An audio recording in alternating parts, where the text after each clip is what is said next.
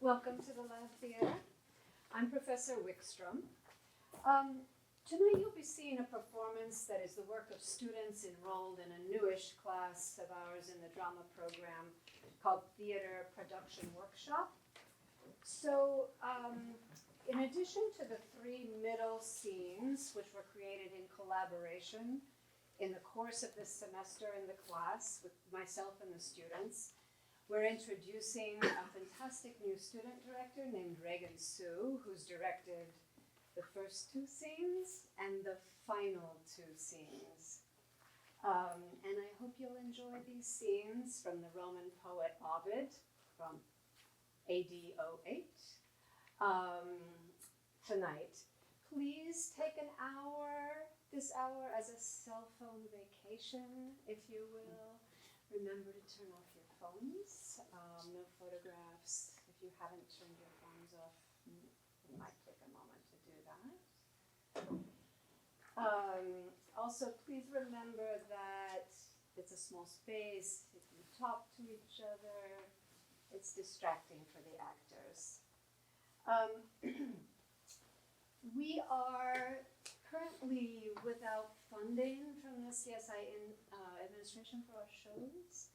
So please, if you feel so moved when you leave, if you like the show and haven't already, please donate what you can.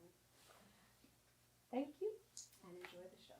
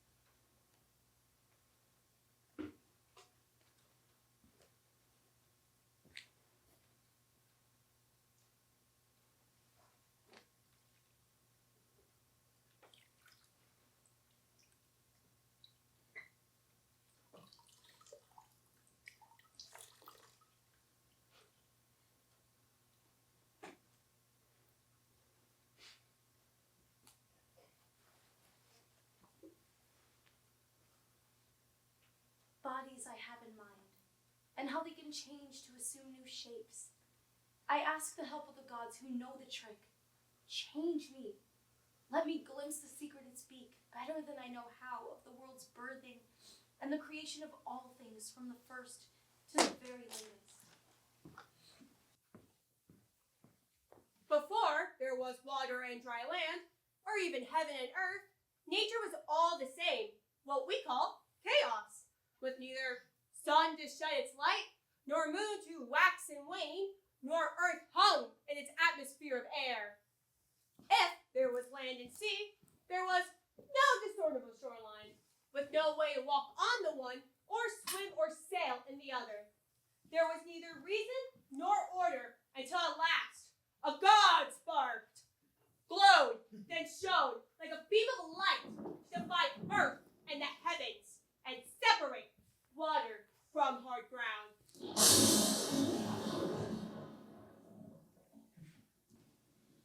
Once these distinctions were made and matter began to behave, the sky displayed its array of stars in their constellations, a twinkling template of order.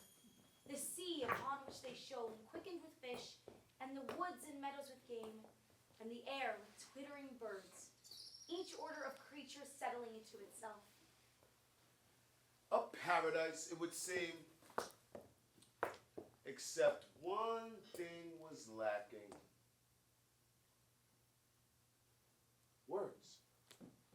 so, man was born. He was born that he might talk. Some say this God perfected this world, creating of his divine substance this race of humans.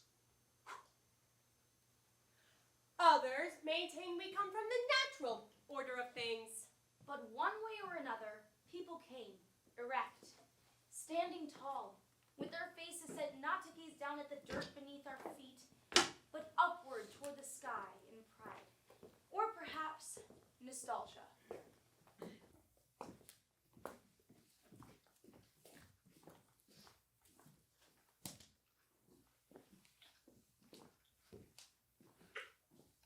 What would you do with all the money in the world? What a question. I know what I do. You want to know what I do? No. I wouldn't do laundry anymore. That's it? That's the big dream? Among other things.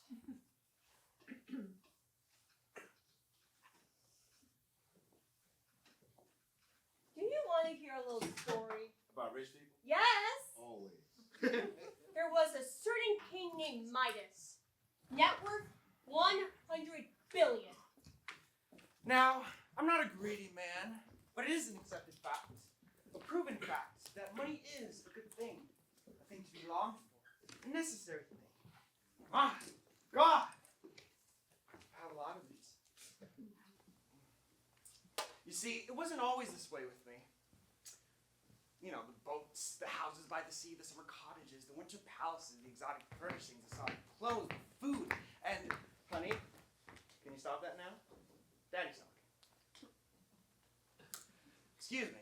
The outrageous food and 200-year-old wine. No, it wasn't always like this. I came up from poor and worked hard all my life. Still do, mind you. My father was a manufacturer somewhere. But I was born with a head for business, and it's always been as though everything I touched has turned to gold. Not literally. Wouldn't that be something?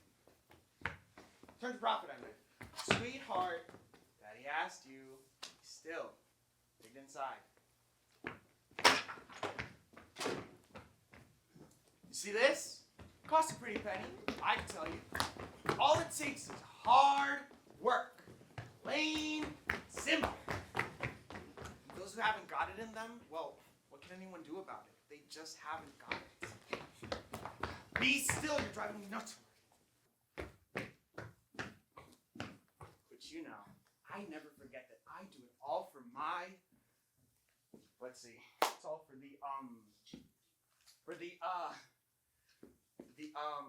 the family. Yes, that's what it's all for. Family is the most important thing, isn't it? I mean, one's own family, not anyone else's, for God's sake. When I get home from work 7 days a week, in the moments before I sleep, I realize,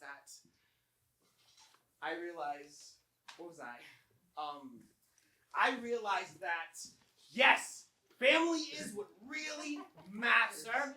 What? What is it? This man's been making trouble in the town. We believe he's a vagrant, sir, of the worst, most drunken kind. Hello, King! What should we do? Nice play! Ooh. Execute him? No need. In my day, I've certainly been 3 sheets to the wind. 3 sheets to the... What? What the hell are you talking about, King? I'm all rummed up. Or even last week at the police fair. Let me tell you something. You know what? No. What? Let me tell you. Yes.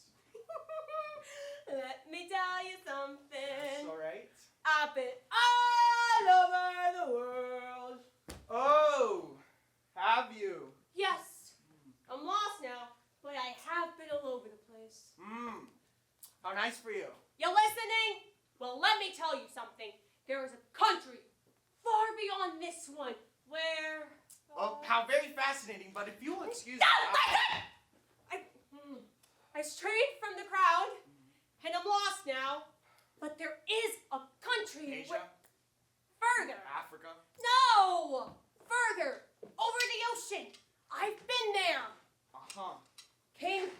tell you, it's like a dream.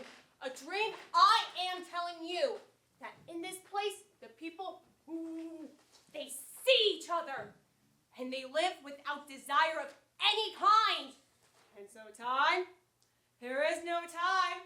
Just the blue sky above, the pretty moon at night. With Well, the meadows thank and the- you. This has been most entertaining, but... And the people live forever!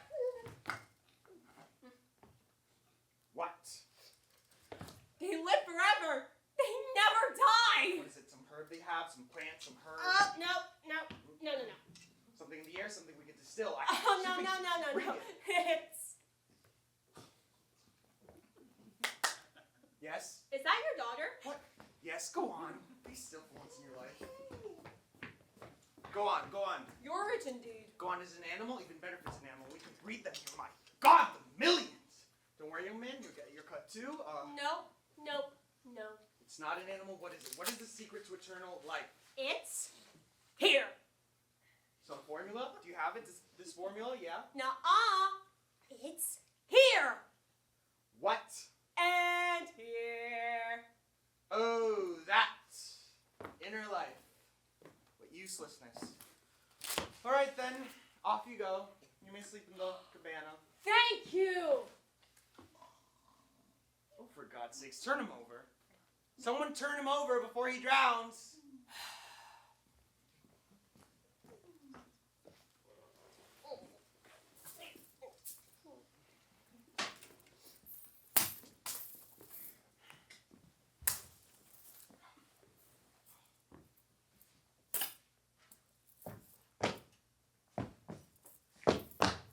Midas? Lord, who are you supposed to be? It's Bacchus. I hear you have a follower of mine. Follower? Yeah, Silenus. She wandered from our group as we passed close to town. And I hear she is with you. Oh, that lady in the cabana? Sure. Take her with you. She's all yours. I'm grateful that you didn't turn her away, Midas. You took care of her, and you saw that she didn't drown in her condition. And I'd like to present you with a gift. A gift? Some ability, a minor miracle, something to do at parties. Anything? Anything at all. You promise. Yeah, of course. Well then, grant me that everything I touch, everything I put my hand to, will turn to solid gold! That's a really, really bad idea. What do you mean it's a bad idea? It's a brilliant idea. Think about it, Midas. No, you think about it. We had a deal. You gave your oath. Now follow through. All right then. And from that moment on, everything he touched turned to solid gold.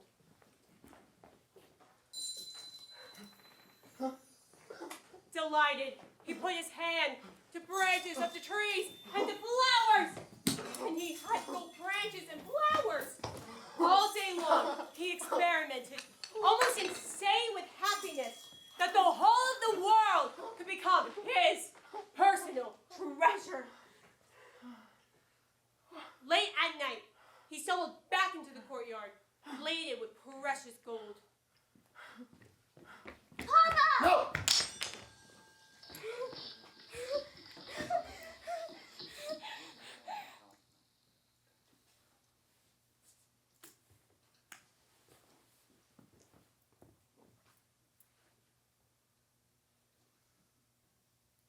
Take it away! Bacchus! Take it away! I can't. Yes, you can. You must. Take it away now! I'm sorry. No! Take it away now! There's a way, Midas. What is it? Walk as far as the end of the earth.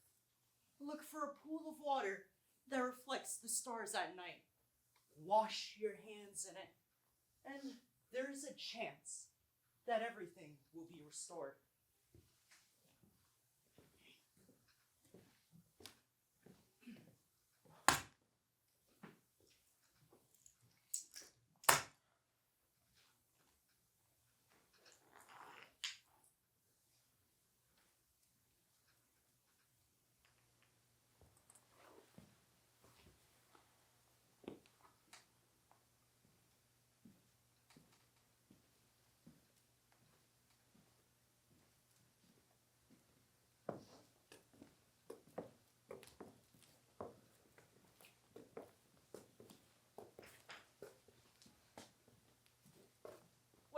sad for you?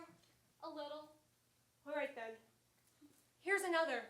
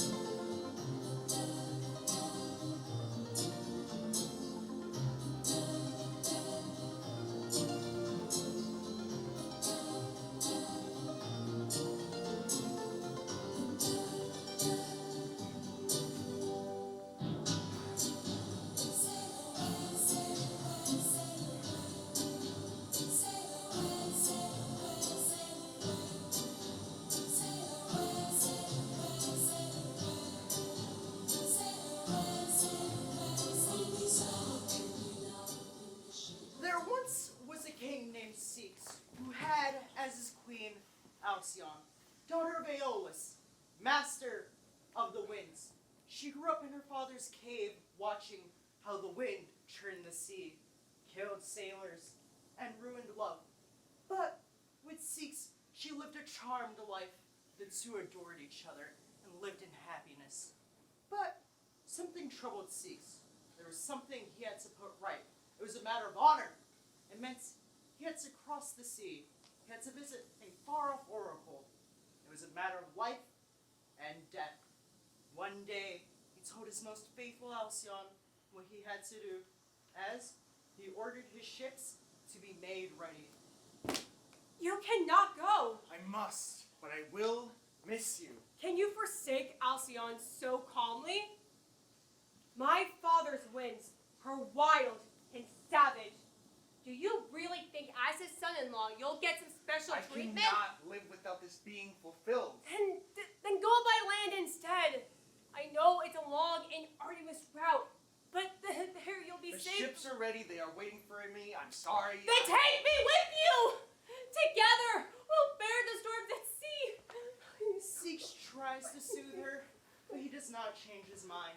He will not let her share the risk.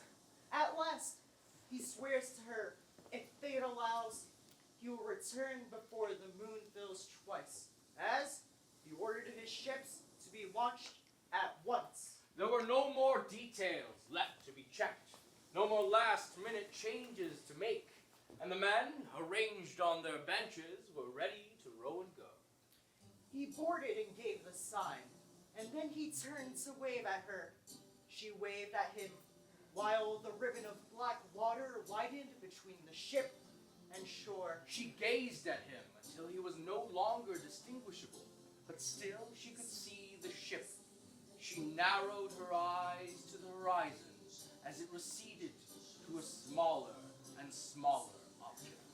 And then the whole hull too was gone, as only the sails remained.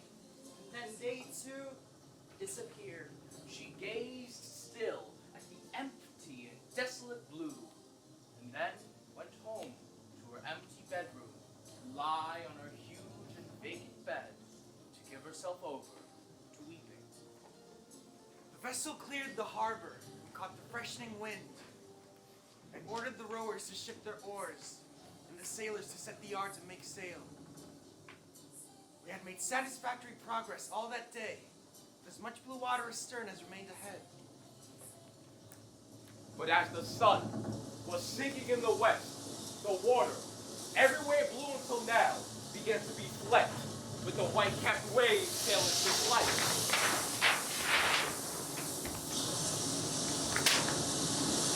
The weather was worse with every moment, for the winds were on the loose. Reef the sails! You are the spars! There's the water! But Poseidon and his henchmen had just arrived, and the rest was one enormous fleet. Contest!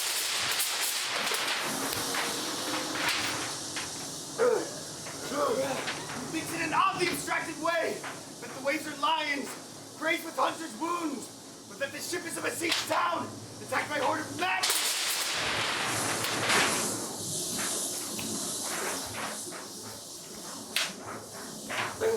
One would think that the heavens are crazed with lust, To join the turbulent sea!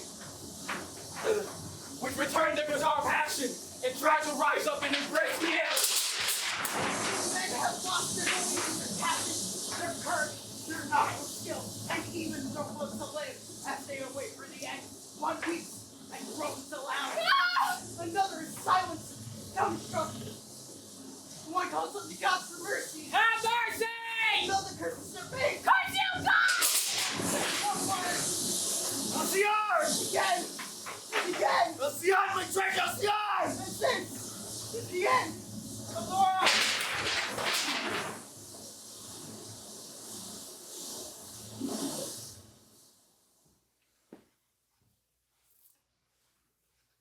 O gods, hear my modest prayer, that my body may wash ashore at her feet, so she can with gentle hands prepare it to be buried.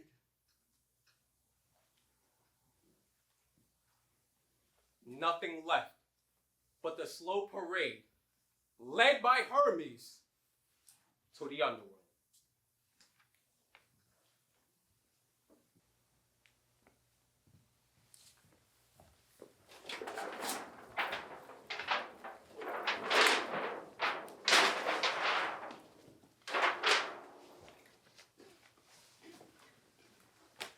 One, two, three, 4, 15, 16, 17, 18, 98, 99, 100.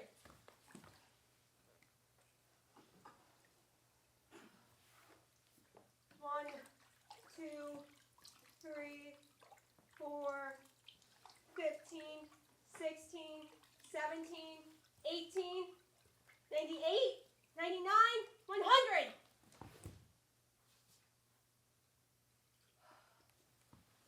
One, two, three. Look at her, Iris. She's moved her vigil down to the shore, and now she's sleeping there. 98, 99, 100. Ceyx, come home. I'm near now. I'm sleeping on the shore. It's not so far until you can see me. This can't go on forever. Iris, go to the house of sleep and ask him to arrange a nighttime visitation. A dream that might show our Alcyone the sorry truth.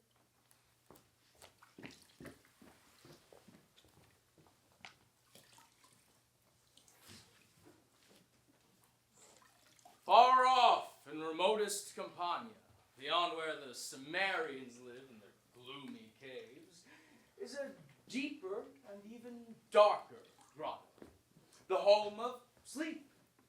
In this place, the sun never can, even at midday, penetrate with the faintest beams.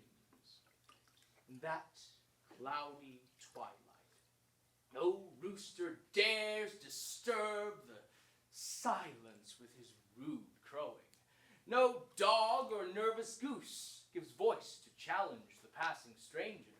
Not even branches sigh in occasional passing breezes, but an almost total silence fills the air.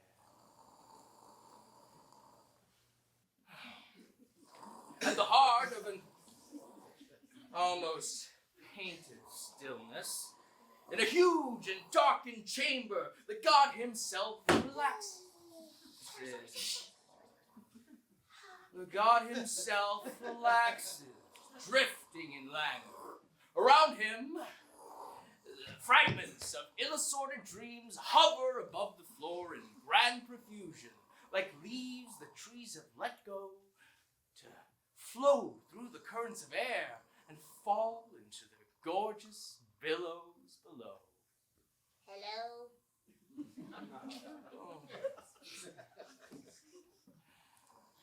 In this strange and breathless place, Iris, the rainbow, intrudes. Oh, somnolent one? Somnolent one? Wake up! What?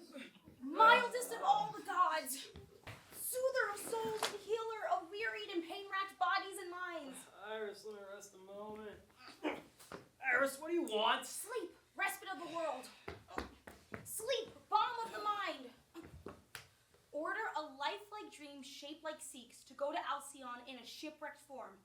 Let her know the news of the wreck of a ship and the death of the husband she loved so well.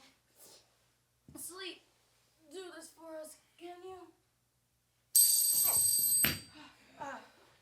Farewell. Out of his 1,000 sons, that father arouses Morpheus, artful, copy your forms. Morpheus? Morpheus! Come and take that of the form of King Ceyx.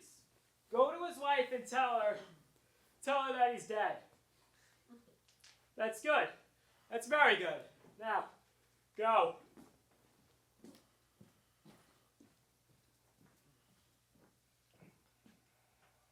Poor wife.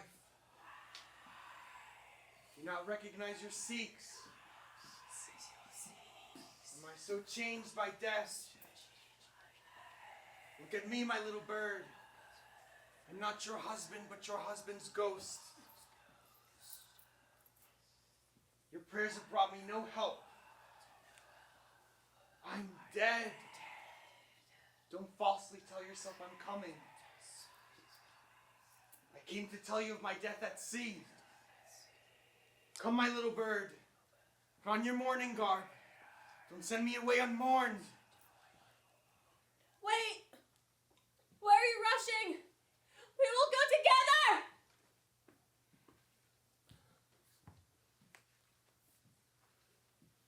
Lucino? Lucino! Give me your lantern! Ceyx! Come back! Where are you? Come back!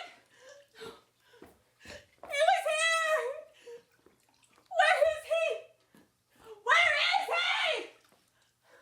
All that night, she searched along the shore for her drowned, dreamed husband. But she found nothing, not even footprints, just wave after wave of black water. When morning came, she narrowed her eyes to the horizon and remembered how she had looked on that other day. She remembered his last kiss, the way he turned to the ship, could not bear it, and turned again to her. She watches the waves. From a distance, she notices some kind of corpse floating within the water. At first, she wasn't sure what it was, but when the turf brought it even closer, it was clearly a corpse.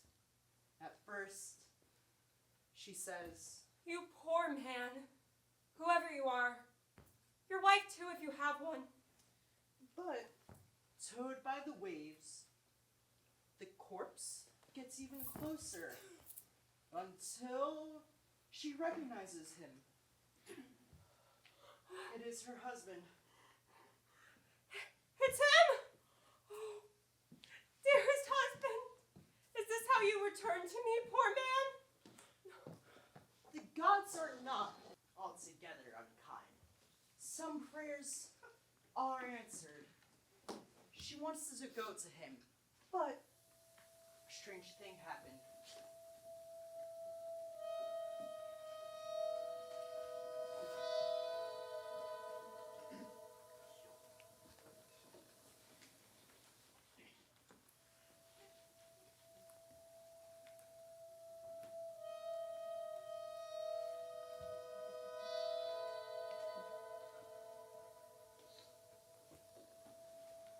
By the time she reached him, she was a bird. She tried to kiss him with her bill, but by some trick of the ocean's heaving, his head reached up to hers in response. Now you ask, how could he have felt her kiss? But better ask, how could the gods not have felt the kiss? Seen this, and not had compassion? For the dead body was changing, restored to life, and renewed as another sea bird.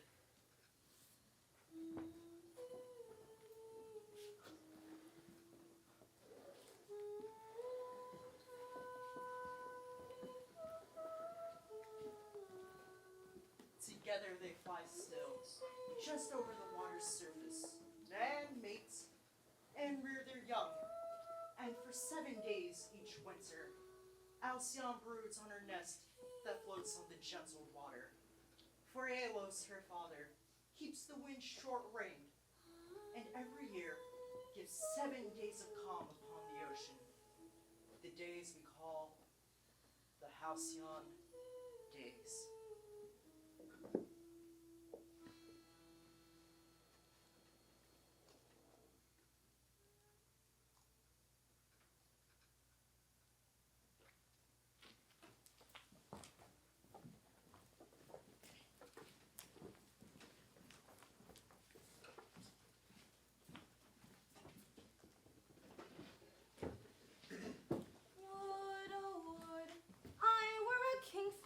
That flies with the halcyons along the breaking waves with a fearless heart.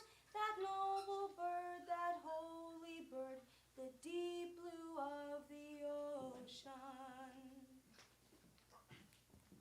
When you see a miracle like that, how can you deny the existence of the gods? Believe it or not, there are some that do. There was a man called Ariston who scorned the gods and declined to sacrifice on their altar or do them honor. Nothing was sacred to him. He only looked for the usefulness of things. One day, he found himself in a grove sacred to Ceres.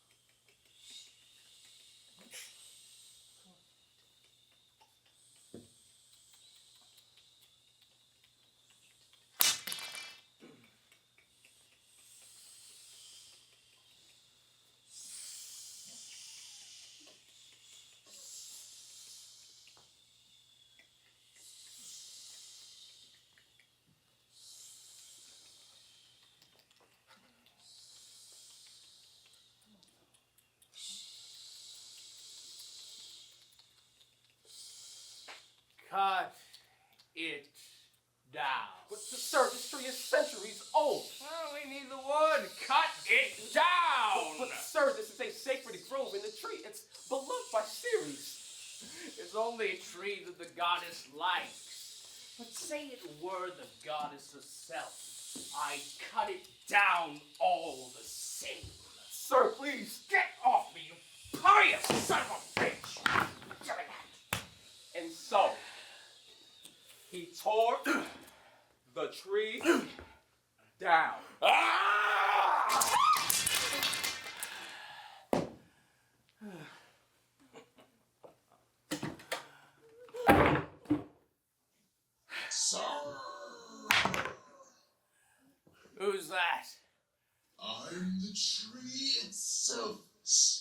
king.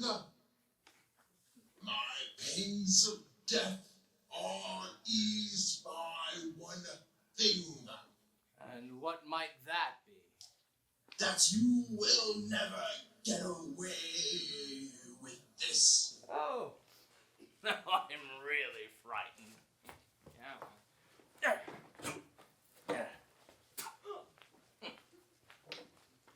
But the goddess Ceres heard the cry of her tree. In her mind, immediately began to move upon torments that she might inflict. Ariad! Yes? There is a place, far off Scythia. Nothing grows there. No wheat, no grass, no trees. There you'll find huddling together cold, fear, and gaunt. Hunger. Tell Hunger I command her to visit this brute and establish a home for herself in his belly. I give him to her as a toy. I will. I would go myself, but it is forbidden for Hunger and me ever to meet. Oriad flew off to the Caucasus, a bleak and nightmarish region. There, in a field of stones, crouched Hunger, pulling from between the rocks, with her filthy teeth and filthy fingernails, some tiny bits of moss. Her hair hung down in lank and matted chunks. Her eyes were sunken and swollen. Her lips were slack and cracked. The knobs of her ribs stuck out. One could count the knobs of her spine. Hunger?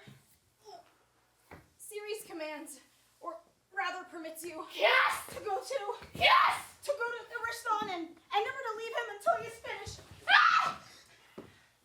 Gladly! Hunger crawled through the air to the house of the victim. As she flew overhead, fields withered and men starved. It is night when she arrives at Ariston's home and curdles through the halls to find him sleeping in his room. She wraps cadaverous arms around him in an embrace as strong as love, but quite the opposite of love. She breathes her spirit into his spirit, and he begins to dream. Pastries, cheese, grapes. He wakes. Bring me something to eat. Anything! I'm starving! But he cannot wait to be served. He begins to eat meal after meal after meal after meal. But he cannot shake this hunger. Bring me more! More to eat! Baked shredded. Chicken soup.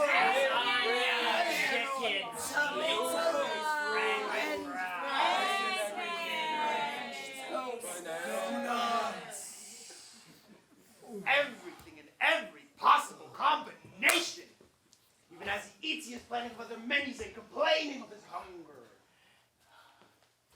As the ocean ingests the waters from the rivers of the world, yet still remains thirsty and guzzles more and more.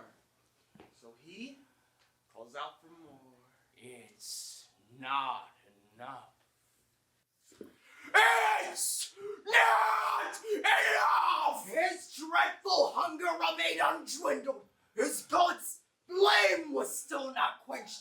His whole estate ingested by his belly. He had only his daughter, who deserved a better father. Now poor, he sells her too. Reaching towards the sea, she cries, Poseidon, if you remember me, come save me now. Poseidon had heard this, and now does not spurn her prayer. Although her trailing master spotted her, the god transforms her shape. He gives her manly features in the clothes fishermen wear. The master, seeing this, says, You who hide the dangling bronze with bait, There's a girl just standing here on this shore. She wore plain clothes and disheveled hair. Where is she gone? Her footsteps stretched no further. Sorry, mister. I haven't moved my eyes off this bay. I've been too busy focused on my work. I swear there's not been any other man or woman on this shore except for me. The master fooled, believed her. As he left, his turned foot pressed the sand. Her form changed back. But when her father had learned that she was able to reshape her body, he sold Maestra to a series of masters. She changed to a mare, escaped, was sold again,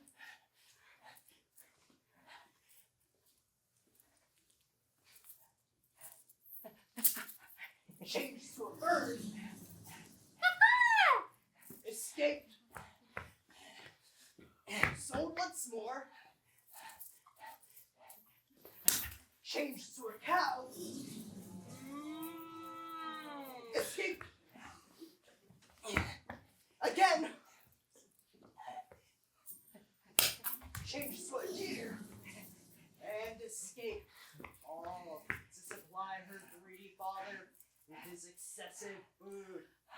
But once that evil force ate up his every need, and there were no new fares for his current ailments, the emptiness within him was unappeasable. You've seen such men for yourself, I'm sure. I need more. I must have more. The godless are always hungry. More! Always yelling at waitresses. I want more! There can be only one end to such a man. He will destroy himself.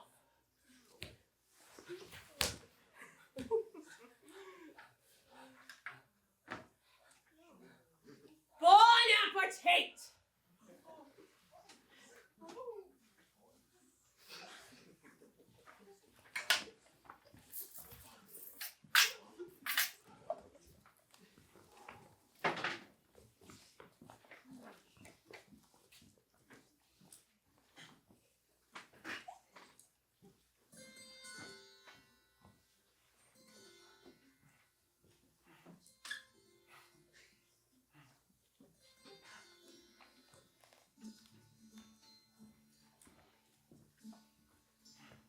You've heard of Orpheus, the greatest musician of all time, and his bride Eurydice?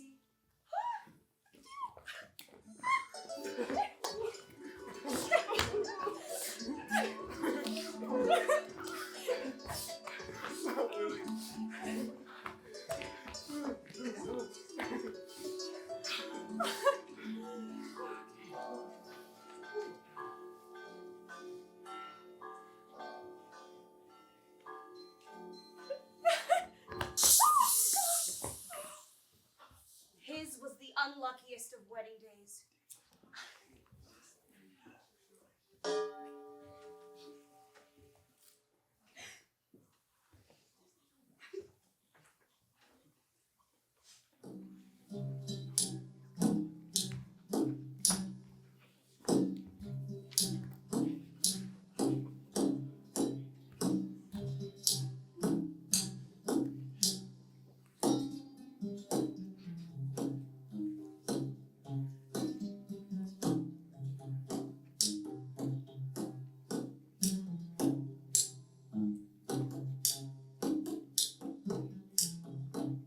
Orpheus and Eurydice. Number 1, Ovid, AD 8. Orpheus, widower bridegroom, mourned her in the upper world, but his grief was limitless, inconsolable, desperate. He left the warmth and sweetness of our air, and dared to descend the river Styx, and crossed it to the underworld.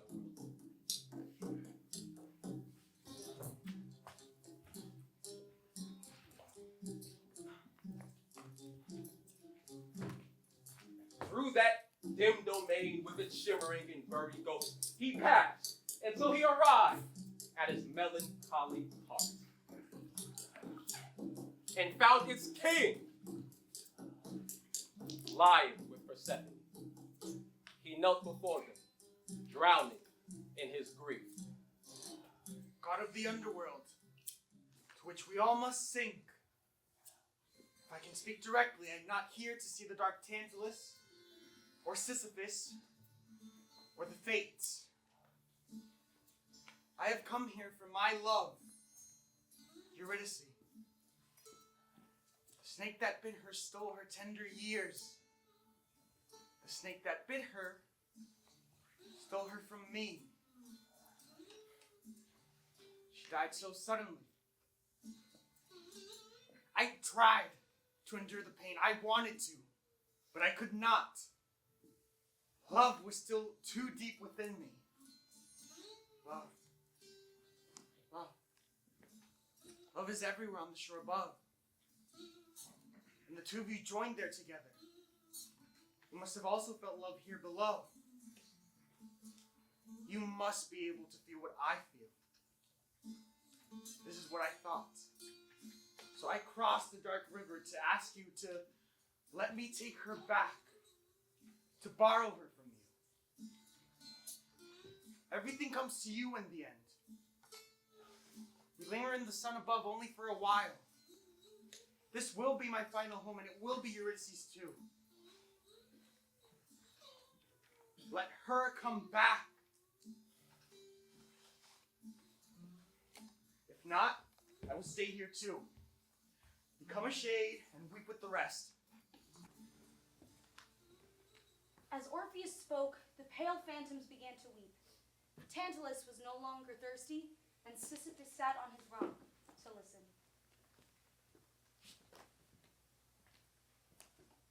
Orpheus, turn around. Eurydice.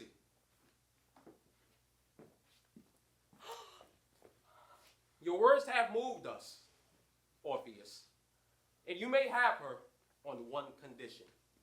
As you ascend and leave this place, she will not be walking beside you, but she will be following. You must not, until you reach our gates, turn around to look at her. If you are to turn around before you reach the sunlight, then she is ours forever. I understand. Hermes will accompany you. Remember, hesitation or doubt, and our gift must be returned. A simple enough condition. It ought to have been. The singer led the way, ascending the sloping path through the murk. A long way they traveled, almost all the way. But you know what happened. Concerned for her, or not quite believing it wasn't a cruel delusion, a dream, or a mirage, he turned. Farewell! This was his last sight of her, but he saw it again and again. No. Farewell! Is this story a story of love and how it always goes away? Farewell! Is this a story of how time can move only in one direction? Farewell! Is this story the story of an artist and the loss that come from sudden self-consciousness or impatience? Farewell!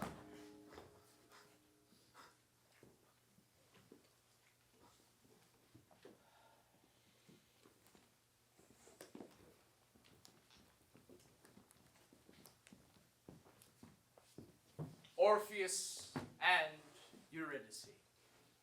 Number 2, Rainer Maria Rilke. A.D. 1908. He said to himself, they had to be behind him. Said it aloud and heard it fade away. They had to be behind him. Their steps were ominously soft. If only he could turn just once. But to look back now would ruin his entire work, so near completion. And he could not fail to see them. Those other two who followed him so softly. The god of speed and distant messages, a golden crown above his shining eyes, his slender step held out in front of him, and little wings fluttering on his ankles, hand on his right arm, barely touching it. She, A woman so loved that from one lyre there came more lament than from all lamenting women. That a whole world of lament arose, in which all nature reappeared. Forest and valley, road and village, field and stream and animal, and in that lament world, even as around the other earth a sun revolved, and a silent, star-filled heaven, a lament heaven, with its own disfigured stars, so greatly was she loved. But now she walked behind the graceful god, her steps constricted by the trailing grave clothes. Uncertain, gentle, and without impatience. Deep within herself, like a woman heavy with child, she did not see the man in front, or the path ascending steeply into life. Deep within herself, death filled her beyond fulfillment, like a fruit suffused with its own mystery and sweetness. She was filled with her vast death, that she could not understand that it had happened. she had come into new virginity and was untouchable.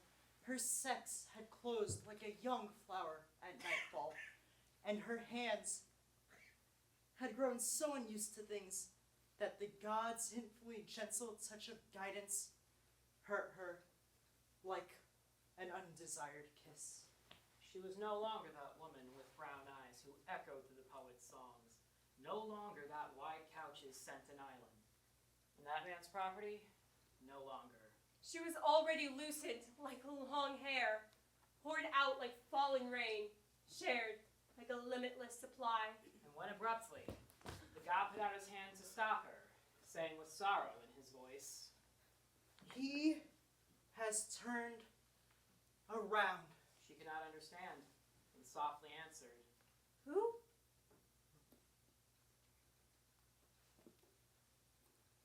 Far away, dark, before the shining exit gates, someone or other stood, whose features were unrecognizable. She stood and saw how, along the strip of road among the meadows, with a mournful look, the god of messages silently turned to follow the small figure, walking back along the path, her steps constricted by the trailing grave clothes. uncertain, gentle, and without impatience.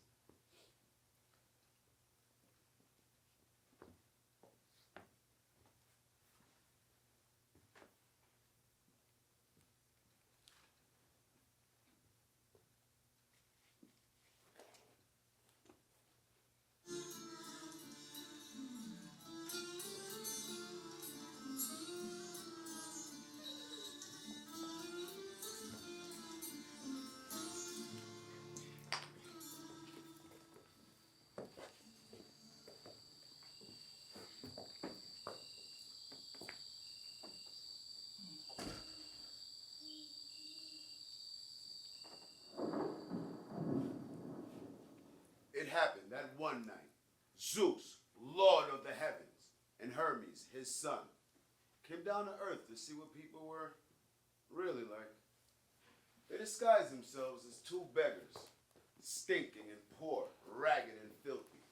They knocked on 1,000 doors. Hello, do you have any spare... Get out of here! Get the hell out of here! I work hard for my money! And 1,000 doors were slammed on them.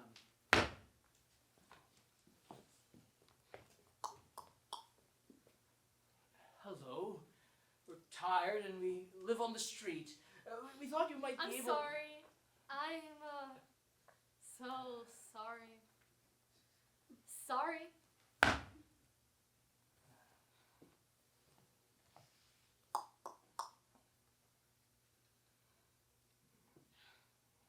At last, they arrived at a little hut on the outskirts of town. Why bother knocking here? We've been to houses of all kinds, the homes of people with plenty to spare. Whoever lives here obviously has nothing. Let's give it a try all the same. We've come all this way. This is hopeless. Let's just go home. We're strangers! Philemon! There! Yes! That's the door! Hello, we're strangers to these parts. We'd love to... Baucis! Why are you standing out there for? We must bring our guests inside. Do you know us? Yes, You do? of course. And who are we? Why, you are children of God. Come in, come in. The two immortals, satisfied that their disguises had not been seen through, entered the house, lowering their heads to fit through the door. No! Don't sit on the floor! Sit on chairs as quality people do. Philemon ran to get another chair. And Baucis fetched 2 pieces of cloth to pad them, so that the strangers might rest easy. She stirred the coals in the hearth and fanned the fire to cook them a meal. Philemon set out the embroidered cloth they saved for feast days. And Baucis saw that one of the legs of the chairs was short, and she propped it up with a shard of a pot.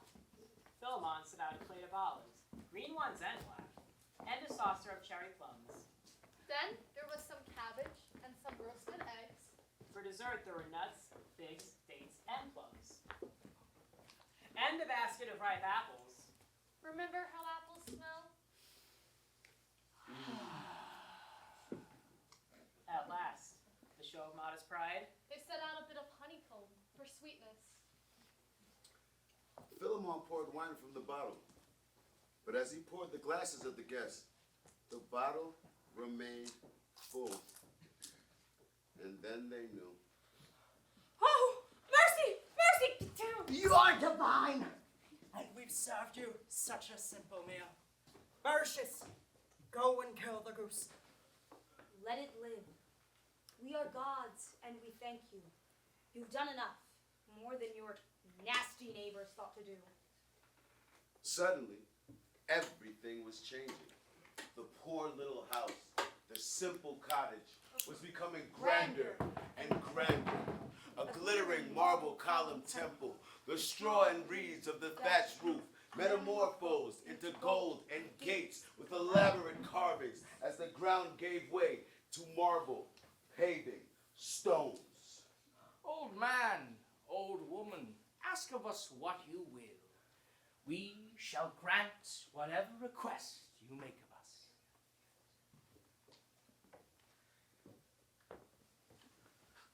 Having spent all our lives together, we ask that you allow us to die at the same moment.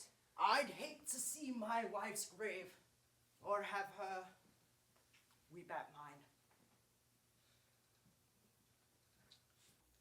The immortals granted their wish, arrived at a very old age together. The two stood at what used to be their modest doorway, and now was a grandiose facade. And Baucis noticed that she was beginning to put forth leaves. And he saw that she too was producing leaves and bark. They were turning into trees. The two stood and held each other and called before the bark closed over their mouths. Farewell.